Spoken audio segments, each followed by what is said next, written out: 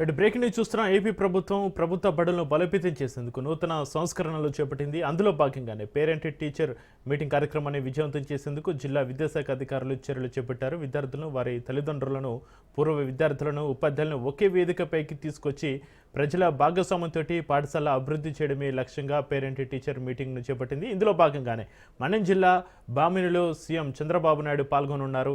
పల్నాడు జిల్లా చిలుకూరిపేటలో deputy CM Pawan Kalyan విద్యార్థులతోటి మాట్లాడనున్నారు. విద్యార్థుల health కార్డులను తల్లిదండ్రులకు అందజేయనుంది విద్యాశాఖ. ఇక ఈ కార్యక్రమానికి సంబంధించి మరింత సమాచారాన్ని మా ప్రతినిధి రమేష్ ఫోన్లైన్లో అందిస్తారు. రమేష్, ఏపీ ప్రభుత్వ బడులను బలోపేతం చేసేందుకు నూతన సంస్కరణ పేరెంట్ టీచర్ మీట్ కార్యక్రమానికి సంబంధించిన ఎగురున్న అప్డేట్స్ ఏంటి?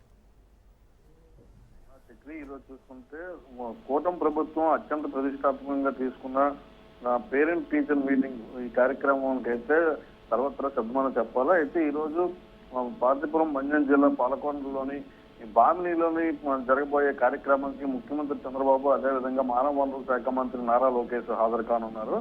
అయితే తల్లిదండ్రులని ఆహ్వానించిన విద్యార్థులు, ఉపాధ్యాయులు విద్యాలయాల్లోని ఈరోజు పేరెంట్ టీచర్ మీటింగ్ అయితే ఏర్పాటు చేస్తున్నారు. దీంతో ప్రభుత్వ, ప్రైవేట్ పాఠశాలలు అలాగే జూనియర్ కాలేజీలు కూడా సరికొత్త వేడుకలకు సిద్ధమవుతున్నాయని చెప్పాలి.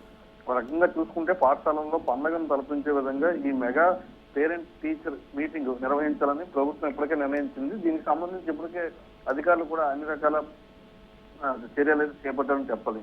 మనం చూసుకున్నట్టయితే మన్యం జిల్లా బామిని మండలం కేంద్రంలోని ముఖ్యమంత్రి చంద్రబాబు ఈరోజు పాల్గొంటున్నారు. ఇందులోనైతే ఇప్పటికే నారా లోకేష్ నిన్న రాత్రి అక్కడ చేరుకుని అధికారులు, కార్యకర్తలతో అయితే సమావేశాలు అయితే ఏర్పాటు చేయడం జరిగింది. జూనియర్ కళాశాల ఆవరణలో అయితే ఈ మెగా పేరెంట్ టీచర్స్ ఈవెంట్ అయితే జరగనుందని తెలుస్తుంది.